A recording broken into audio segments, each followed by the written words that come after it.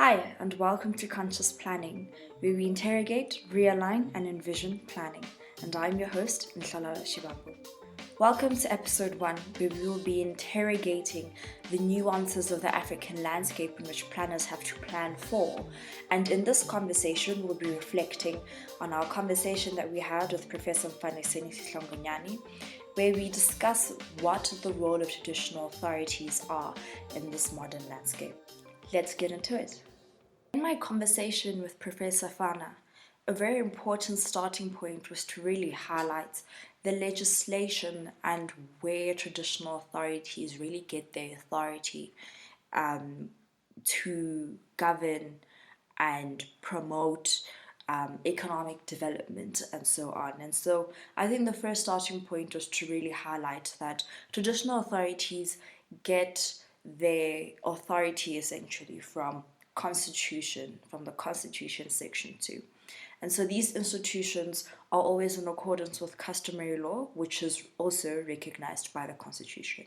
And so their functions are in accordance and highlighted in customary law, white paper on traditional leadership and governance of 2003, as well as the Government Framework Act of 2003.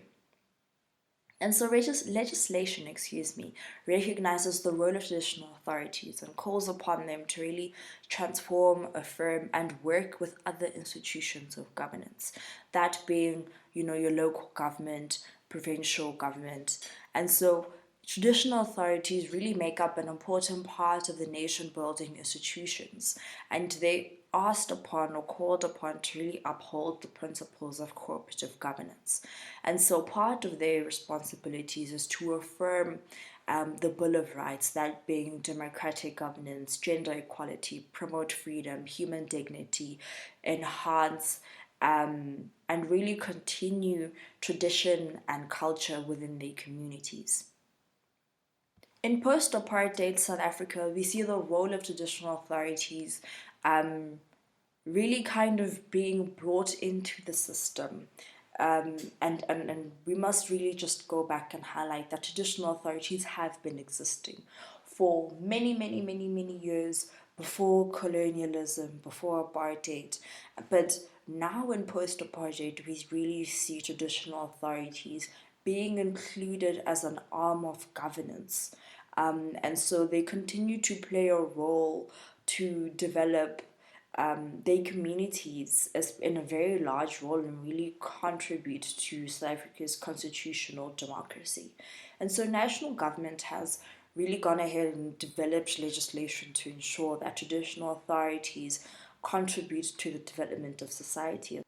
The White Paper 2003 outlines that traditional authorities have the role of co-governance with local governments by advising and making recommendations to government and administering the affairs of the community, such as the allocation of land.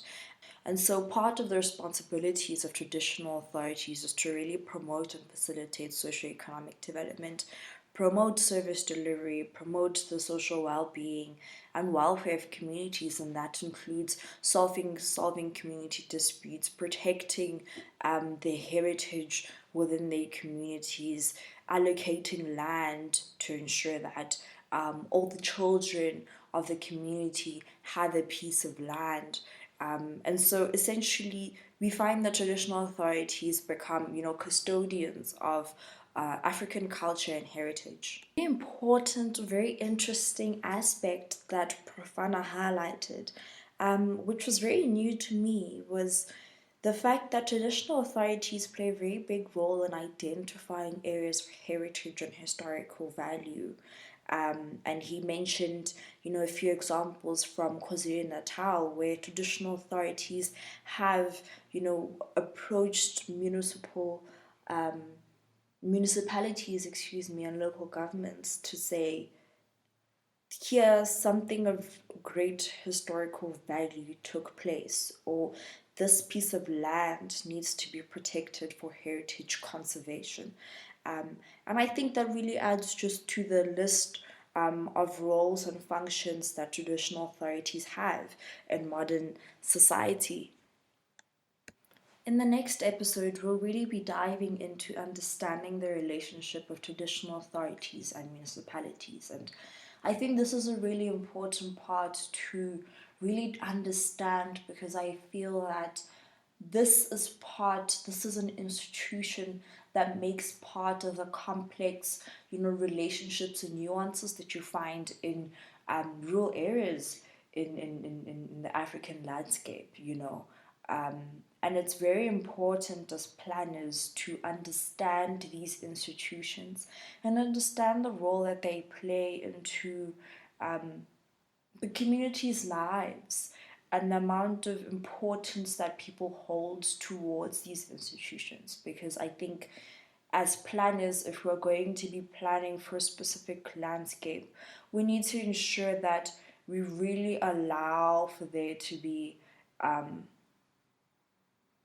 localism and a sense of belonging, and really validating institutions that exist already. And so in the next episode, with Profana, we really delve into the relationships and the dynamics of traditional authorities and local government. Thank you very much for listening to episode 1, where we delve into the role of traditional authorities in the modern African landscape.